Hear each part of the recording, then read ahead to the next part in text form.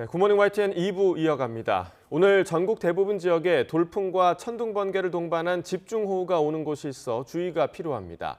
기상청은 오늘 오전부터 밤사이 수도권과 강원 내륙 산지, 충청권, 전북, 그리고 경북 북서 내륙에 돌풍, 천둥, 번개와 함께 시간당 30에서 60mm의 매우 강한 비가 내리는 곳이 있겠다고 내다봤습니다. 일부 지역에는 우박이 떨어질 수도 있어 농작물과 시설물 관리에 각별한 유의가 필요합니다. 아침 최저기온은 20에서 25도, 낮 최고기온은 26에서 32도로 무더운 날씨가 예상되는데 습도가 높아 최고 체감기온이 33도 이상 오르는 지역도 많을 것으로 보입니다. 장맛비가 오락가락하는 가운데 전북 지역에서 또 산사태가 났습니다. 도로를 만들기 위해 산을 깎은 절개사면이 무너지면서 돌덩이가 도로를 덮치는 이른바 절개사면 산사태가 이어지고 있습니다. 보도에 오점곤 기자입니다. 전라북도 완주군 상관면 실리에서 구리 쪽으로 가는 자동차 전용도로. 도로 한가운데 바위만한 큰 돌덩이들이 굴러떨어져 있습니다. 반대편 방향 2차선까지 돌이 튕겨서 양방향 차량 통행이 전면 중단됐습니다. 도로 절개사면이 무너졌다는 신고가 들어온 건 토요일 오전 11시 40분쯤. 이게 무너질 때 차가 지나가면서 깔렸을 수도 있는데 그걸 저희가 접근해갖고 정확하게 판단하기에는 지금 안 추가 보이고. 붕괴 우려가 있으니까 접근을 못 하잖아요. 그러니까 일단 CCTV로 확보해서. 사고 초반 구조당국은 돌더미에 차량이 깔려있지 않을까 하는 걱정이 컸습니다. 그 시간대에 또 차량하는 통행이 있었는가 한번 봐주세요. 여기 CCTV 있구만. 11시 40분쯤. 11시 40분쯤. 다행히 지나는 차량이 없어서 인명과 차량 피해는 발생하지 않은 것으로 파악됐습니다. 하지만 언제 또 절개사면의 돌덩이가 굴러 내려올지 몰라서 복구 작업에는 상당한 시간이 필요할 것 같습니다. 네, 이번 산사태는 폭우가 내리지 않는 상황에서 발생했습니다. 그동안 장맛비가 꾸준히 내렸기 때문에 그만큼 집안이 약해져 있기 때문인 것으로 분석되고 있습니다. 선행 강우량이 많아가지고요. 일단 비는 그쳤어도 이 땅속에 있는 함수량이 잔뜩 머금고 있어가지고 산이라든가 비탈면, 절개사면들이 굉장히 위험성이 높습니다. 하루 앞서서 절개사면 산사태가 발생한 전북 정읍의 내장산 주변도로. 여전히 도로 통행은 막혀 있는데 위쪽에 있는 돌덩이들의 추가 붕괴 우려 때문에 본격적인 복구 작업에 앞서 안전을 확보하는 작업이 우선 진행되고 있습니다. YTN 오점곤입니다. 방한 중인 라파엘 그로시 IAEA 사무총장이 오염수는 자신도 마실 수 있고 그 안에서 수영도 할 수 있다고 밝혔습니다. 그로시 사무총장은 국내 언론과의 인터뷰에서 해양 방류하는 오염수는 국제 기준 이하라고 안전성을 강조하면서 이같이 말했습니다. 이어 후쿠시마에서 방류될 오염수와 비슷한 물이 지금도 한국과 중국 등 세계 모든 원자로에서 매일 바다로 흘러들고 있다고 덧붙였습니다. IAEA 보고서가 일본의 요청으로 작성돼 일본에 편향된 것 아니냐는 지적에 대해서는 전혀 그렇지 않다고 선을 그었습니다. 박진 외교부 장관이 우리나라를 방문한 라파엘 그로시 사무총장과 만나 후쿠시마 원전 오염수 해양 방출의 안전성 검증과 국민 안심을 위한 IAEA 측의 협조를 요청했습니다. 어제 서울 외교부 청사에서 그로시 총장을 접견한 박 장관은 객관적이고 과학적인 관점에서 안전성이 검증되고 국제법과 국제 기준에 부합되는 방식으로 오염수가 처리돼야 한다는 입장을 우리 정부가 견지해 왔다고 설명했습니다. 네, 이러한 가운데 오염수 방류에 반대하는 집회가 잇따라 열렸습니다. 참가자들은 오염수 방류가 안전하다고 결론낸 IAEA의 보고서를 신뢰할 수 없다며 즉각 폐기해야 한다고 주장했습니다. 김다현 기자가 보도합니다. 민주노총 조합원들이 깨끗한 바다를 상징하는 고래 모양 풍선과 손팻말을 들고 거리에 나섰습니다. 라파엘 그로시 IAEA 사무총장이 한국을 방문한 가운데 오염수 방류에 반대하며 규탄 대회를 연 겁니다. 해양 투기 저지하자! 그로시 사무총장이 외교부에서 박진 장관과 면담한다는 소식에 장소도 외교부 인근으로 정했습니다. 이들은 지난 4일 IAEA가 후쿠시마 오염수 투기 계획에 면죄부를 주고 책임은 회피하는 최종 보고서를 발표했다고 규탄했습니다. 또 방류 이후 안전을 담보할 수 없는 상황에서 우리 정부가 일본에 어떤 약점을 잡혔길래 국민의 건강을 외면하는 것이냐고 비판했습니다. 도대체 일본과 미국의 압박이 무엇이 그렇게 무섭길래 우리 국민의 안전을, 전 인류의 건강을 모른 채 하는 것입니까? 같은 자리에서 환경단체 등이 주최하는 또 다른 오염수 방류 규탄 집회도 열렸습니다. 이들 역시 IAEA는 최종 보고서에서 해양 투기만을 상정하고 정당성과 대안을 제대로 검토하지 않았다고 비판했습니다. IAEA는 이 보고서로 발생하는 결과에 대해서 어떠한 책임도 지지 않겠다라고 보고서에서 명시하고 있습니다. 우리가 이런 보고서를 믿을 수 있겠습니까? 참가자들은 집회를 마치고 IAEA 보고서 폐기를 주장하며 서울 종로구 일본 대사관 앞으로 행진을 이어갔습니다. 주최 측은 이번 집회에 3천여 명이 참가한 것으로 보고 있는데 경찰은 정확한 참가 인원을 밝히지 않았습니다. 경찰은 혹시 모를 충돌에 대비해 경력을 배치해 상황 관리에 나섰고 다행히 큰 물리적 충돌은 없었습니다. YTN 김다현입니다. 후쿠시마 오염수 방류를 반대하고 있는 더불어민주당이 오늘 국회에서 라파엘 그로시 IAEA 사무총장을 만납니다. 민주당 후쿠시마 원전 오염수 해양 투기 저지 대책위원회는 오늘 오전 11시 국회에서 그로시 사무총장과 면담한다고 밝혔습니다. 민주당에서는 위성곤, 우원식 의원 등이 IAEA 측에선 그로시 사무총장과 디에고 칸다노 라리스 수석 고문이 참석합니다. 정부의 백지화 선언으로 지역 주민 반발이 거세진 서울 양평 고속도로 사업이 정치권 진실 공방으로 번지고 있습니다. 고속도로 노선 변경을 누가 먼저 요구했는지, 또 원희룡 국토교통부 장관이 김건희 여사 일가 땅을 언제부터 알았는지를 두고 여야의 주장이 맞서고 있습니다. 나혜인 기자입니다. 서울 양평고속도로 종점이 김건희 여사 일가의 소유지 때문에 바뀐 게 아니냐는 의혹을 가짜뉴스로 규정한 국민의힘은 노선 변경은 애초 민주당의 요구 사안이었다며 역공에 나섰습니다. 2년 전 민주당 소속 양평군수와 지역위원장이 현재 노선 변경안에 포함된 양평군 강하면 나들목 신설을 먼저 요청했다는 겁니다. 민주당의 주장대로라면 2021년 4월 강하 IC 근처에 토지를 매입한 김부겸 전 총리의 경우는 어떻게 설명할 것입니까? 민주당은 반발했습니다. 양평 군민들의 접근성을 고려해 나들목 신설을 제안한 건 맞지만 원한 노선에 설치해달라고 한 거지 종점을 바꿔달라는 건 아니었다는 겁니다. 의혹의 핵심은 윤석열 정부 들어 갑자기 김 여사 일가 땅 근처로 종점이 바뀌었다는 거라며 느닷없는 백지화 선언으로 가려질 게 아니라고 쏘아붙였습니다. 김건희 여사 일가 땅이 거기에 있는 것이 괴담입니까? 고속도로 종점 계획이 갑자기 변경된 게 가짜뉴스입니까? 입이 있으면 답해 보십시오.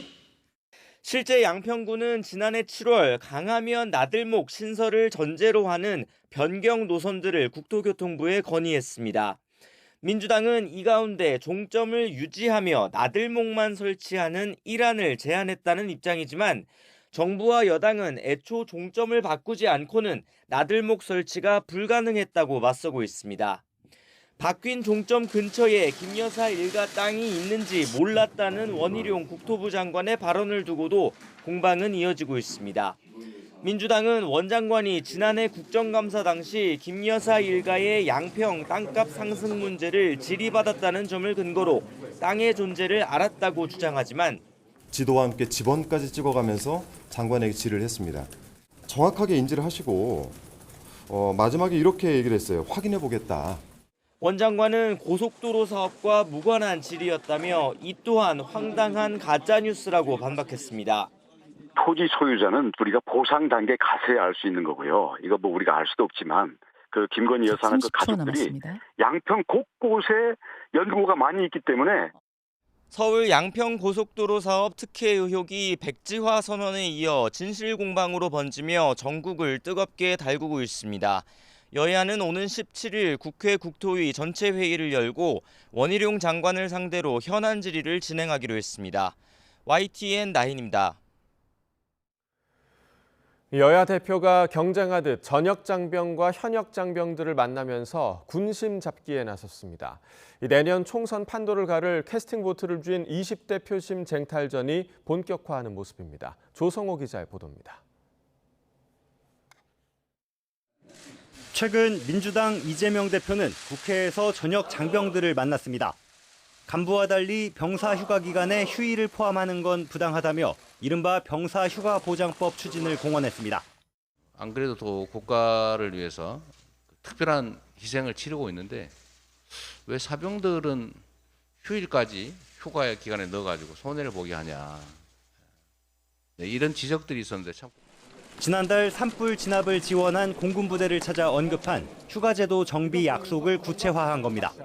최근에는 민통선 무단 통과를 저지한 전방 장병들을 향해 안전한 대한민국의 토대라고 격려하기도 했습니다. 앞서 지난달 국민의힘 김기현 대표도 군부대를 찾아 장병들을 만났습니다. 얼음 정수기를 선물하고 개인별 방한복 지급 등을 약속한 데 이어 제대하고 받게 될 예비군 훈련으로 인한 불이익을 막아주는 정책을 추진하겠다며 군심 잡기에 나섰습니다.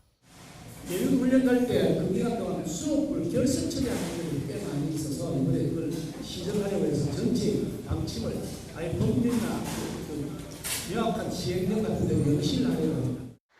토익 성적 유효 기간 5년 연장, 취업 준비생들 채용 서류 파기 등 다른 청년 정책도 잇따라 내놓고 있습니다. 대학생들에 대한 학자금 지원 방안을 놓고도 여야의 경쟁이 치열합니다. 민주당이 취업 후 일정한 소득이 생길 때까지 학자금 이자를 면제해주는 특별법안을 국회 상임위원회에서 단독으로 처리하자 경제적 어려움을 겪고 있는 청년들에게 학자금 상환 부담을 덜어주기 위한 법안입니다. 국민의힘과 정부는 막대한 예산이 드는 전형적인 포퓰리즘 정책이라고 비난하며 법안 처리를 외면하고 있습니다. 여당과 정부는 이자 면제 대상은 줄이되 취약계층 지원을 대폭 확대하는 대안으로 맞불을 놨습니다.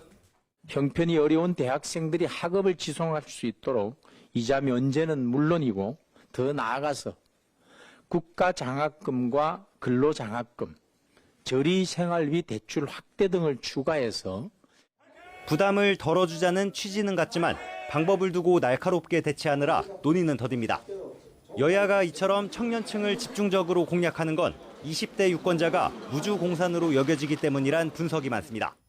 최근 여론조사를 보면 20대 유권자들의 양당 지지는 전체 지지율보다 10%포인트 이상 낮고 지지하는 정당이 없는 이른바 무당층이 절반을 넘습니다.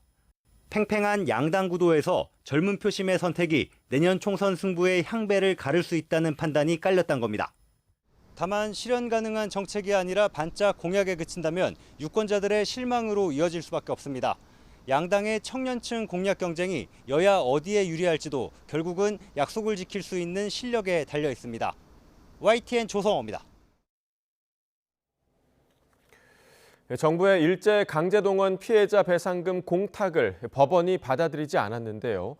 피해자 일부는 정부와 국내 기업이 대신 갚는 배상금을 받지 않겠다며 이미 법원에 거부 의사를 밝혀둔 상태였습니다. 이러한 논란 속에 강제동원 피해자를 돕기 위한 모금액은 빠르게 늘고 있습니다. 나현호 기자입니다. 2차 세계대전이 막바지로 치닫던 1944년 14살 나이에 일본 미쓰비시 중공업에 강제동원됐던 양금덕 할머니. 정부가 일본 전범기업 대신 배상금을 주겠다고 나서자 받지 않겠다며 맞서고 있습니다. 일찌감치 법원에는 당사자가 아닌 제3자, 그러니까 우리나라 정부가 배상금을 주는 것을 거부한다는 의사를 밝혔습니다. 시접스럽게 그냥 받을까 싶어네. 그거 받아봤자 못 듣겠어. 시접스럽게만 오고. 이를 근거로 광주지방법원은 두 차례에 걸친 정부의 공탁 신청을 받아들이지 않았습니다. 시민단체는 아무 법적인 이해관계가 없는 정부나 일제 강제동원 피해자 지원재단은 공탁할 자격도 없다며 반발하고 있습니다. 가까운 법원에 돈 줄 테니까 알아서 찾아가라. 그야말로 피해자와 유족들은 인권 침해 사건 피해자가 아니라 그야말로 돈만 받으면 되는 전제로 피해자의 존엄까지도 무시한 것이고, 정부의 제3자 변제 방식을 굴욕해법으로 규정한 시민단체는 지난달 29일부터 모금 활동에 돌입했습니다. 그런데 정부의 배상금 공탁 논란이 불거진 시점부터 모금액이 급격히 불어나고 있는 모습입니다. 특히 양금덕 할머니와 이춘식 할아버지가 있는 광주를 중심으로 지지의 손길이 퍼져나가고 있습니다. 우리 양금덕 할머니를 비롯해 90이 넘으신 우리 피해자분들의 마음을 보듬는 노력이 우리 정부와 우리 국민들이 우선 해야 할 일이라고 생각합니다. 정부의 배상금 공탁 수리 여부는 광주지방법원 재판부가 법리를 따져 결정하게 됐습니다. 그러나 어떤 결과가 나오든 법적 다툼이 상당 기간 이어져 90을 넘긴 피해자들이 또다시 소송에 휘말릴 가능성이 커졌습니다. YTN 나연호입니다.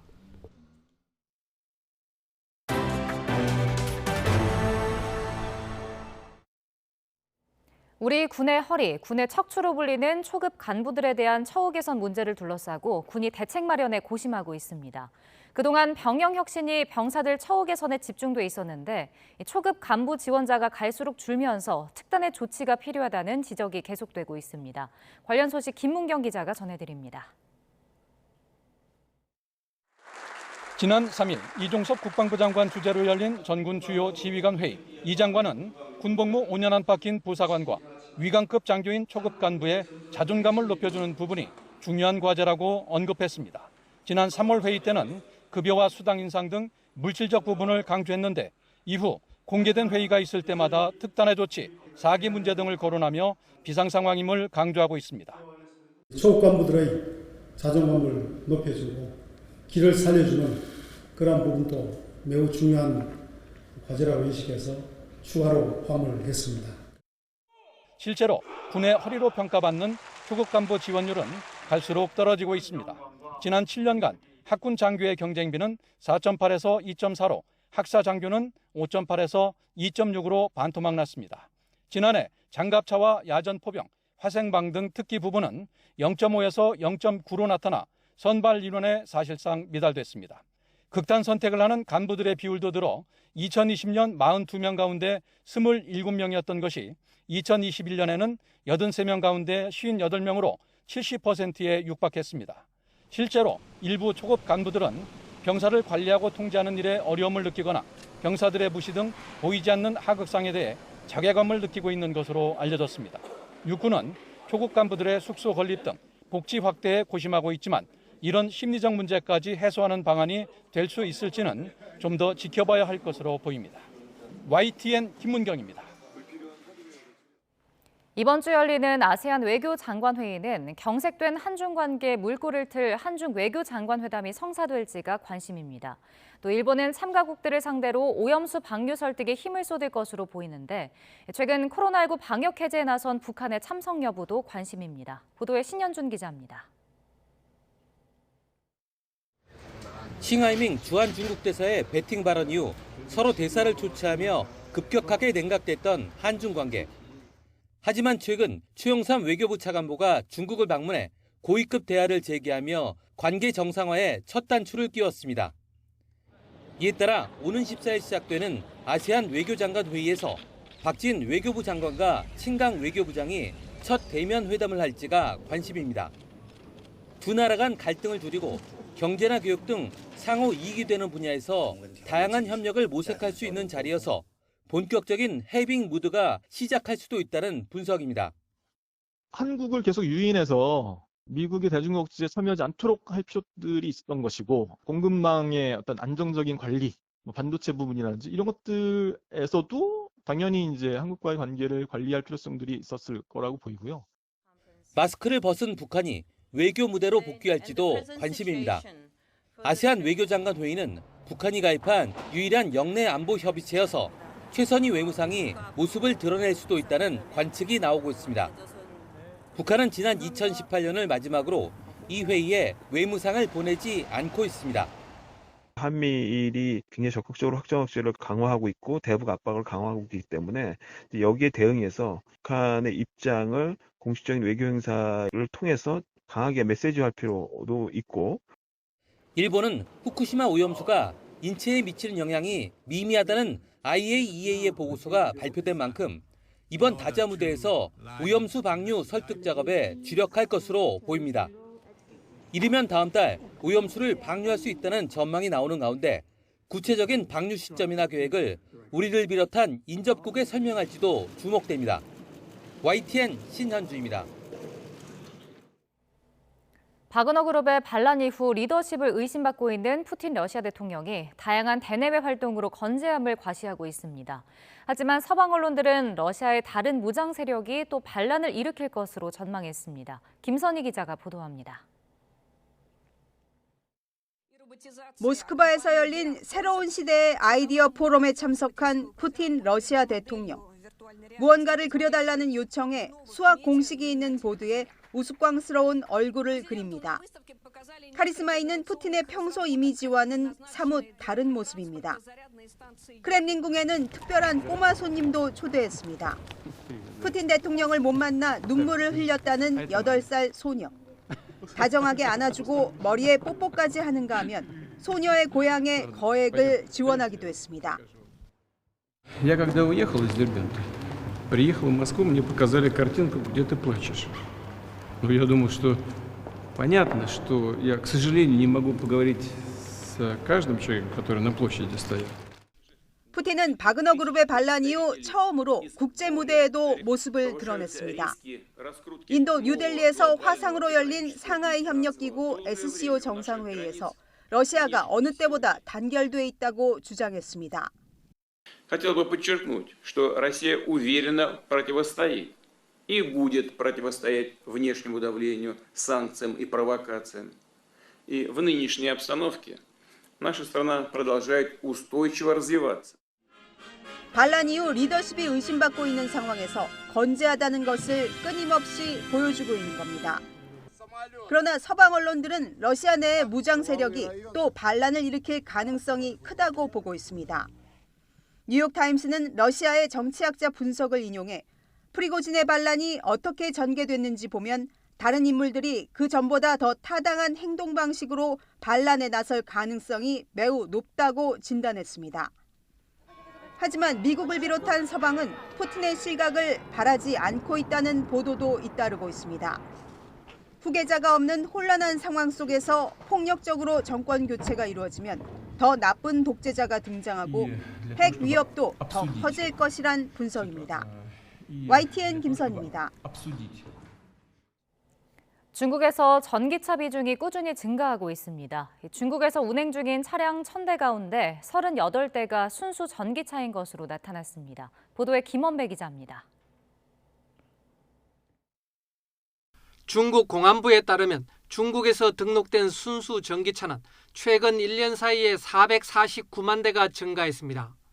지난해 6월 말 810만 4천 대에서 지난해 말에는 1,045만 대로 지난달 말에는 1,259만 4천 대로 늘어난 것입니다. 전체 등록 차량 가운데 순수 전기차가 차지하는 비율도 같은 기간 2.6%에서 3.3%, 3.8%로 높아졌습니다. 중국에서 운행 중인 차량 1,000대 가운데 순수 전기차가 지난해 6월 말에는 26대였지만 지난달 말에는 38대로 늘어난 것입니다. 순수 전기차와 하이브리드차 그리고 수소차를 모두 합친 신에너지차는 최근 1년 사이에 619만 대가 증가했습니다. 지난해 6월 말 1,001만 대에서 지난해 말에는 1,310만 대로 지난달 말에는 1,620만 대로 늘어난 것입니다. 전체 등록 차량 가운데 신에너지차가 차지하는 비율도 같은 기간 3.2%에서 4.1%, 4.9%로 높아졌습니다. 중국에서 운행 중인 차량 1,000대 가운데 신에너지차가 지난해 6월 말에는 32대였지만 지난달 말에는 49대로 증가한 것입니다. 중국의 신에너지차 비중이 꾸준히 늘고 있는 것은 중국 정부의 막대한 보조금에 기반하고 있습니다. 글로벌 컨설팅 업체 알릭스 파트너스에 따르면 중국 정부는 지난 2016년부터 지난해까지 신에너지차 구입에 모두 570억 달러의 보조금을 지급했습니다. 이는 같은 기간 미국 정부의 보조금 120억 달러의 약 5배에 달하는 것입니다. 알릭스 파트너스는 중국의 자동차 판매는 올해 2,490만 대에서 2030년에는 3,060만 대로 늘어나고 이 가운데 과반이 전기차가 될 것으로 내다봤습니다. YTN 김원배입니다. 오랫동안 농사를 지은 농부들은 허리와 무릎 등 신체가 아픈 이른바 농부증을 호소하는데요. 최근 IT 기술을 접목한 서서 재배하는 농법이 이 농부증도 해소하고 또 소득도 높여줘 눈길을 끌고 있습니다. 고재영 기자의 보도입니다. 제주에서 깻잎 농사를 짓는 이용환 씨. 수십 년 농사를 지으면서 몸이 성한 곳이 없습니다. 매일 앉아서 이제 작업을 해야 되고 또 어느 정도 크면은 또 허리를 구부려서 하기 때문에 그 허리에 가장 부담이 많이 갑니다. 제주의 상추 재배 시설 하우스. 여름이면 꽃대가 올라와 상품성 없는 상추가 이곳에선 모두 파릇파릇합니다. 사람 대신 IT 기술을 이용해 온도며 물, 영양분까지 공급하기 때문입니다. 또 상추 모종을 80cm 높이의 이동식 재배판 위에서 키워 재배며 수확할 때 허리와 무릎 등에 무리가 가지 않고 일손을 줄일 수 있습니다. 또 수확이 끝난 상추는 새 모종으로 교체가 쉬워 면적이 작아도 생산량과 소득 증대 효과가 있어 고령화와 일손 부족을 겪는 농촌의 안성맞춤입니다. 딸기 등 다양한 작물들의 스마트팜을 적용하여서 농촌 일손 부족 및 이제 고령화에 대응하기 위해 제주도뿐만 아니라 육지 쪽에 보급할 계획을 가지고 있습니다. 하지만 초기 시설 비용이 많이 드는 게 문제입니다. 설치 비용이라든지 이런 부분에 있어서 비용이 농민들한테는 좀 부담스러운 부분이 있습니다. 초기 적용할 때 이제 공공기관에서 그 지원 사업으로 보조 사업으로 형태로 진행되는 게 필요하다고 생각이 듭니다. 초기 시설 비용 문제만 해결된다면 스마트팜 기술이 접목된 서서 짓는 재배 기술은 고령화와 일자리 부족을 겪는 농촌에 도움이 될 것으로 기대를 모으고 있습니다. YTN 고재영입니다. 제주에 도입을 검토하고 있는 수소 트램 사전 타당성 용역이 마무리 단계로 접어든 가운데 유력 노선 4곳이 처음으로 공개됐습니다. 제주공항을 기점으로 신도심과 원도심을 경유하는 주요 노선이 도입될 경우 타당성이 높은 것으로 제시됐습니다. KCTV 제주방송 김용원 기자입니다. 신교통수단 트램은 경제성 등을 이유로 10년 전 백지화됐습니다.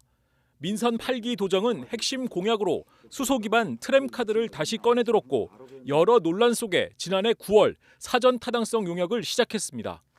약 10개월 만에 수소 트램 운영 노선이 공개됐습니다. 용역지는 거주 인구와 대중교통 밀집 지역, 지형 경사도 등을 고려해 유령 노선 4곳을 제시했습니다.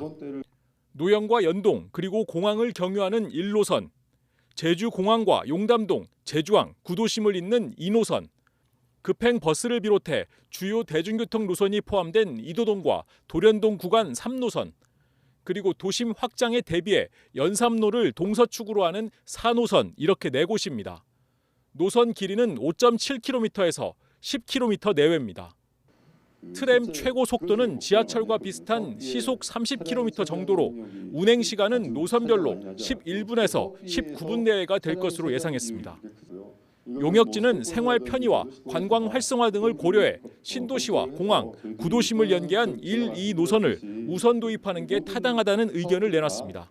1노선과 2노선을 함께 운영할 경우 연간 이용객은 4만 6천여 명, 수송 분담률은 3.4%까지 늘어나고 운영 수입으로 사업비 4,300억여 원을 충당할 수 있다고 분석했습니다. 1과 2를 결합하는 노선이 저희가 생각할 때는 가장 제주도의 여러 가지 두 마리 토끼를 다 잡을 수 있는 두 마리 토끼라 하면 관광객들의 니즈도 만족시키고 그다음에 제주도민들의 여러 가지 간선축을 담당하는 교통수단도 정리해주는 그런 노선이라고 저희들이 판단이 됐고요. 실제로 트램 도입이 현실화되기 위해서는 경제성 분석뿐 아니라 국가 철도 계획망에 제주가 반영돼야 하는 과제 그리고 주민 수용성 문제 등이 남아 있습니다.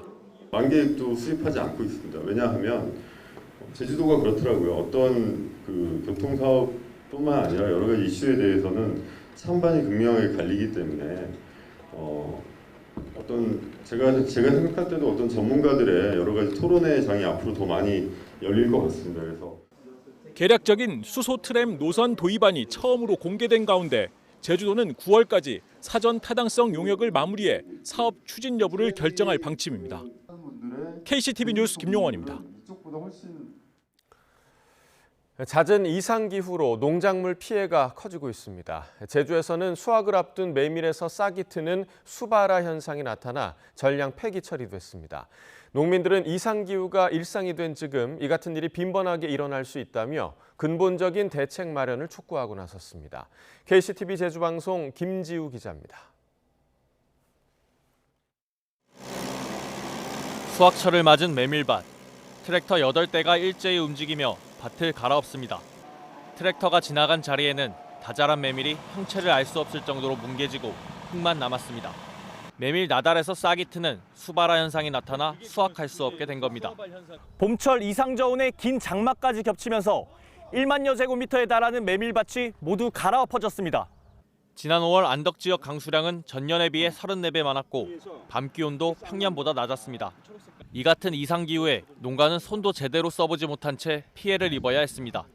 설상가상 봄메밀은 농작물 재해보험 대상도 아니다 보니 보상을 받을 길도 막막합니다.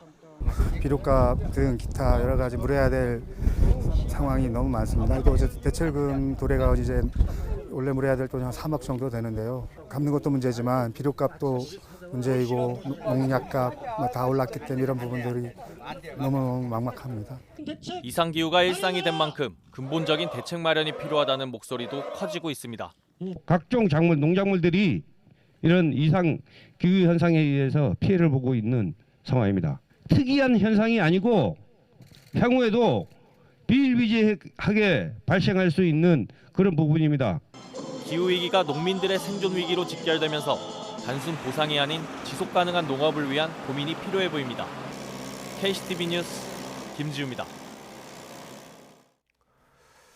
지구촌 곳곳의 이상기후 속에 미국 텍사스도 40도 안팎의 불볕더위가 이어지면서 전력 사용량이 크게 늘고 있습니다.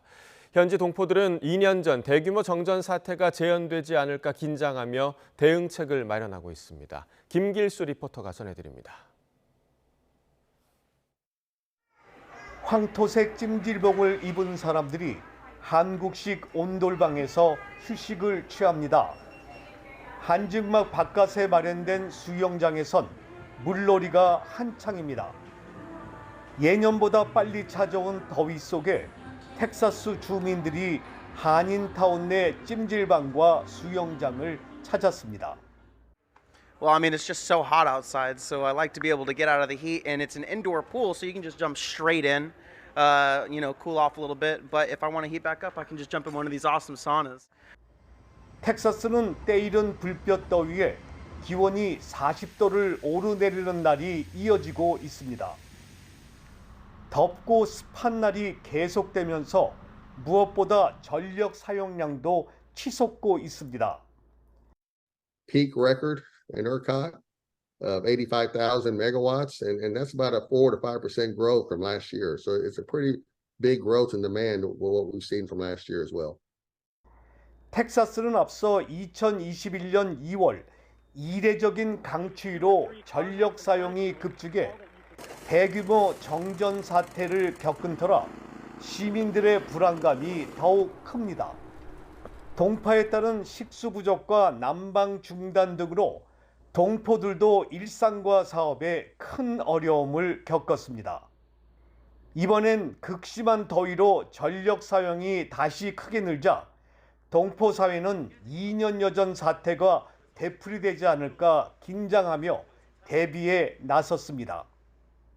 저희가 영업도 못했었습니다. 전기가 들어오지 않는 동안. 전반적으로는 조금 백업 배터리를 조금 설치했습니다.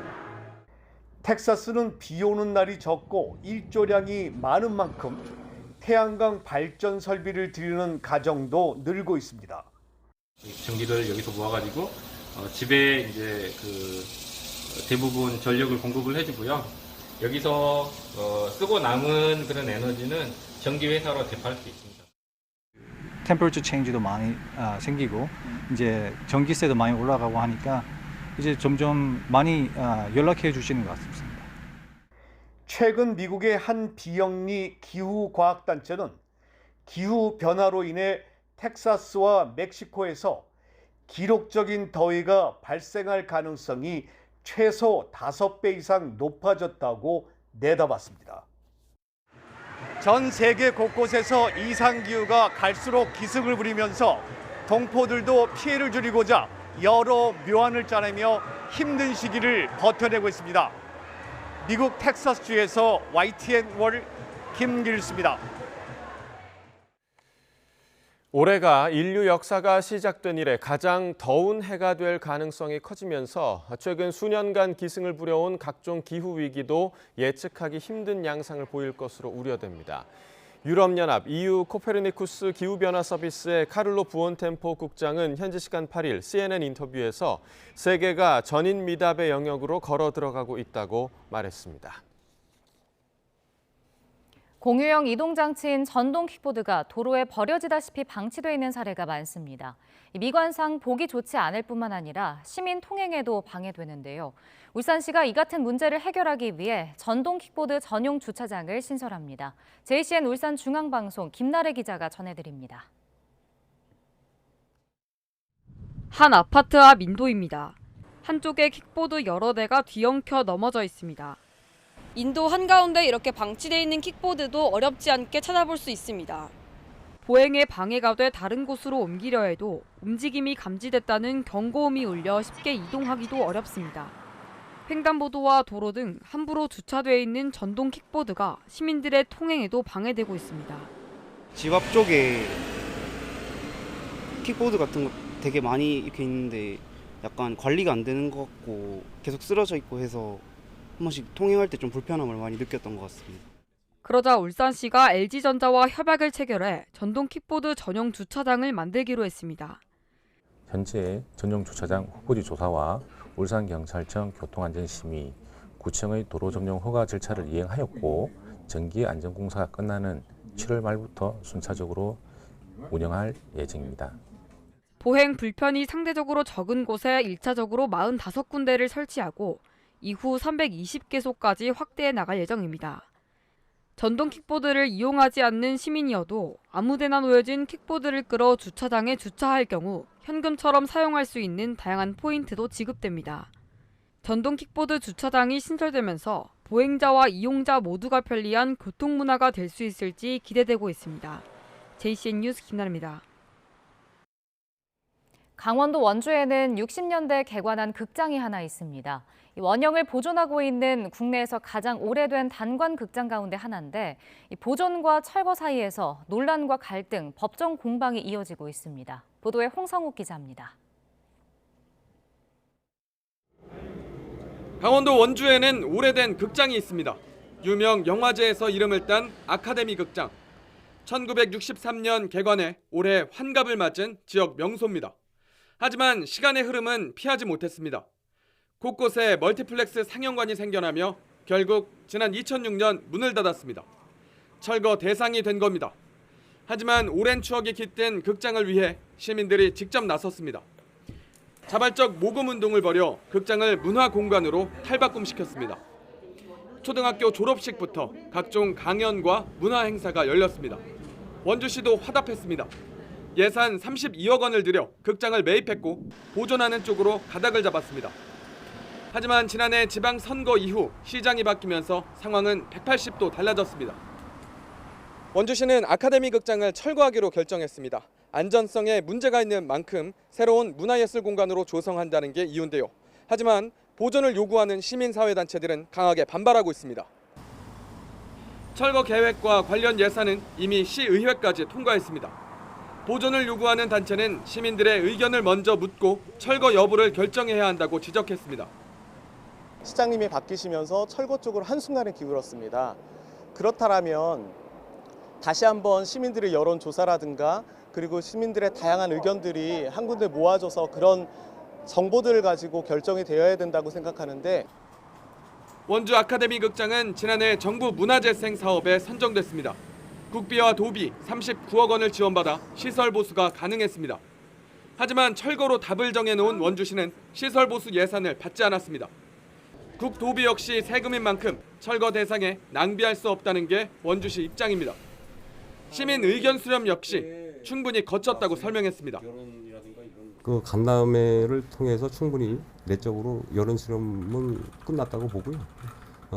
그 보존을 찬성하는 측하고도 대화를 나눴습니다만 거기는 그 보존을 해야 하는 어떤 정당한 이유 이외에 새로운 어떤 특별한 사항이 없었습니다. 원주시는 언제든 철거를 강행한다는 계획입니다. 시민단체는 원주시의 철거 결정 과정 절차에 하자가 있다며 행정소송과 헌법소송을 제기했습니다. 시민 추억이 담긴 60년 된 단관극장, 철거냐 보존이냐 갈등이 갈수록 커지고 있습니다. YTN 홍서욱입니다. 독일 프랑크푸르트에서 한국 중소 중견기업 제품 수출 상담회가 한국문화축제와 함께 열렸습니다. 유럽 전역에서 한류 인기가 나날이 높아지면서 한국 기업은 물론 현지 동포 기업들도 경제 파급 효과에 대한 기대가 커지고 있습니다. 김지선 리포터가 전해드립니다. 신나는 K-팝 노래에 맞춰 펼쳐진 공연. 흥겨운 무대에 지켜보는 관객들은 눈을 뗄 수가 없습니다. 대형 스크린에선 전문 요리 강사가 배추김치 만드는 법을 세세하게 보여줍니다. 유럽에 부는 한류 인기에 힘입어 열린 2023년 프랑크푸르트 한류 박람회 현장입니다. We're here today to perform. Yesterday we did the opening performance for Card and Stacy to try out all the Korean products. They are very different from products in Germany. I think that's very cool to 올해 박람회는 한국 중소중견기업 제품 수출 홍보를 위해 2013년 영국 런던 개최 이후 10년 만에 유럽에서 열렸습니다.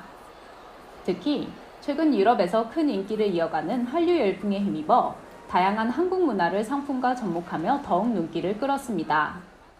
Korean products are getting more to German people, especially cosmetics, because Korean cosmetics is really popular in Germany, and Korean cosmetics is known for good quality and good products and for good skincare.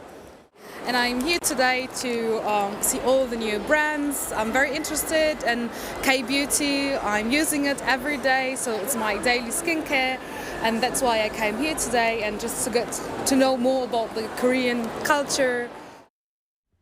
한국 기업과 현지 동포 기업 117개사, 유럽 전역 200여 개 업체가 참여한 수출 상담회에선 이틀 동안 미팅 900여 건이 진행됐고 한국 제품 홍보 확대와 함께 총 1,430만 달러, 약 188억 원 규모의 업무 협약을 맺는 성과도 거뒀습니다. 이번 박람회에 많은 분들이 오셔서 저희 제품에 관심을 가져주셨고요. 그 체코나 슬로바키아, 세르비아 등등 이런 동구라파 쪽에 많은 그 바이어들이 직접 찾아오셔서 제품 설명도 들으시고 샘플도 수령하시고. 코로나 이후로 좀 중국 시장도 어려워지고 좀 글로벌하게 알리고자 해서 유럽 시장에는 저희가 지금 처음 전시를 하고 있는 거거든요. 그러니까 저희가 원래 상담이 이렇게 예정되어 있던 건 한 15건 정도였는데 좀 많이 몰리셔가지고 거의 저희 한 25건 정도 한 것 같습니다. 특히 독일 현지 동포 기업들도 이번 박람회가 무엇보다 새로운 활로를 모색하는 기회의 장이 됐다는 반응입니다. 프랑크푸르트에서 한국 패션 물품을 판매하는 한 동포 기업인은 한류 인기를 체감한다면서 이런 자리가 동포 기업가들에게도 큰 도움이 된다고 평가합니다. 일단 많은 비즈니스 하시는 분들을 만나 뵈서 너무너무 좋고요. 한류의 문화와 이런 것 때문에 지금 많이 저도 사업을 하는데 많은 도움을 받고 있습니다. 유럽에서 나날이 커지는 한류 인기.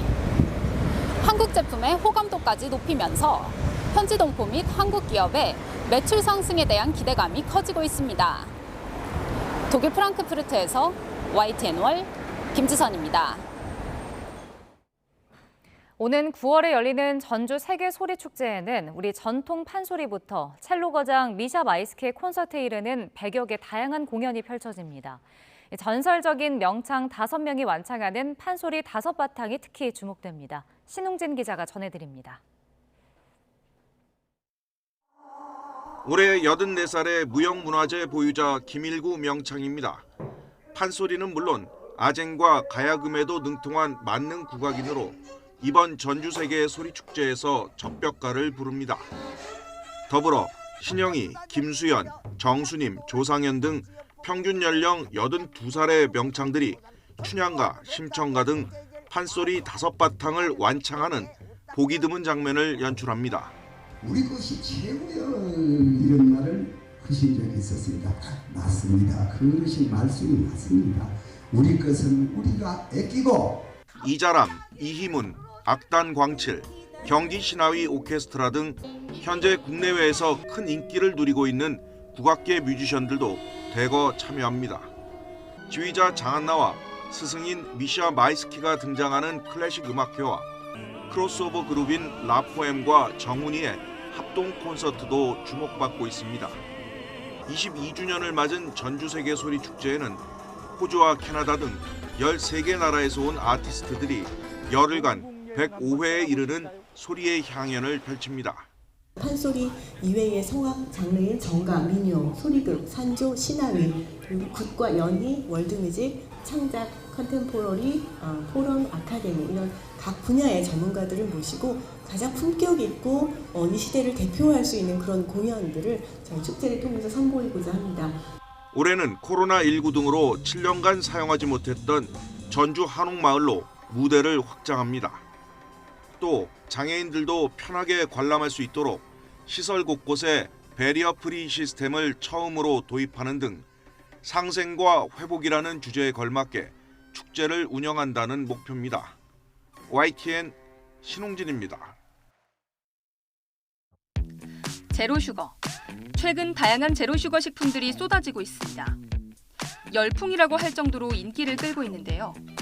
한때 제로슈거 음료는 일반 당이 들어간 음료에 비해 맛이 없다는 인식이 강해 인기가 없었지만 맛도 개선되고 최근 건강을 중요시하는 인식이 커지며 소비가 폭발적으로 늘고 있습니다. 덕분에 식품의약품안전처 조사 결과에 따르면 2021년 한국인의 가공식품을 통한 당류 섭취량은 하루 총열량의 7.5%로 WHO 권고 기준보다 낮았고 2019년 대비 6% 감소한 수치입니다. 어떻게 설탕 없이 단맛을 내는 것일까요? 이제 인공과 미료는 설탕을 대체하는 건데 우리나라에는 22가지가 허용돼 있고요. 단맛은 설탕의 600배부터 또 설탕보다 오히려 단맛이 적은 당과 관련된 질환을 가진 분들은 설탕을 피해야 됩니다. 그렇지만 단맛은 또 즐기고 싶고 그래서 요즘 감미료가 각광받고 있고 환호하고 있는 거죠. 우리 혈액 속의 포도당의 농도가 충분하지 않으면 세포의 그 생리작용이 불가능해지고 특히 뇌 활동이 어려워집니다. 우리가 당 떨어진다라는 말을 하잖아요. 그게 그냥 농담이 아니고 굉장히 심각한 증상입니다. 누구나 좋아할 수밖에 없는 굉장히 중요한 맛입니다. 사카린이나 아스파탐을 먹으면 그게 대부분이 소화가 되지 않은 채로 그냥 배설이 됩니다. 영양학적 가치가 낮다는 면에서 이 다이어트에 관심이 많은 사람들이 주목을 하고 있어요. 그런데 최근 세계보건기구 산하 국제암연구소에서 대체 감미료 중의 하나인 아스파탐을 인체 발암 가능 물질로 분류 예정이라는 소식이 들려왔습니다. 이 비군인 인체 발암 가능 물질은 알로에 추출물, 김치, 피클도 포함돼 있습니다. 우리가 자주 마시는 제로슈거 음료와 막걸리에 아스파탐이 들어간다는 사실이 알려지면서 소비자들의 우려가 커지고 있습니다.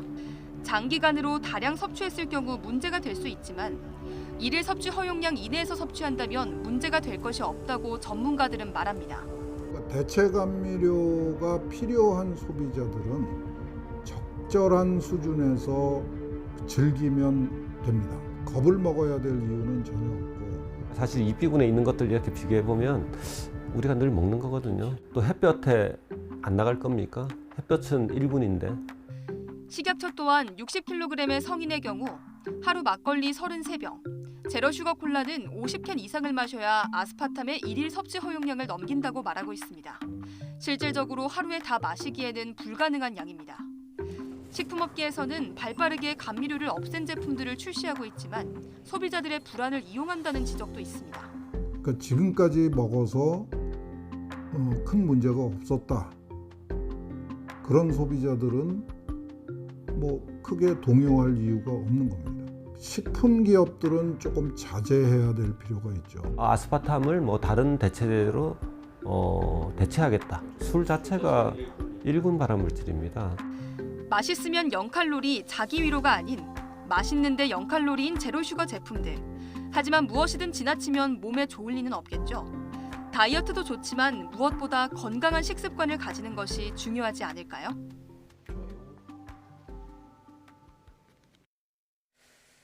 네, 현재 남해안과 제주도의 비는 오전까지 이어지다가 그치겠습니다. 오늘은 장맛비가 아닌 북쪽을 지나는 기압골의 영향으로 국지성 호우가 예상됩니다. 대부분 지방에 최고 80, 특히 많은 곳은 100mm 이상의 큰 비가 오겠고요. 같은 지역이라도 강우량의 편차가 클 것으로 보입니다. 시간당 30에서 60mm의 국지성 호우가 예상돼서 피해 없도록 유의를 해주시길 바랍니다. 오늘 더위도 계속됩니다. 전국 곳곳에 폭염주의보 내려진 가운데 오늘 낮 기온 30도 이상 웃돌 것으로 보입니다. 날씨였습니다. 굿모닝 YTN 2부 마칩니다. 잠시 후 3부가 이어집니다. 시청해주신 여러분 고맙습니다.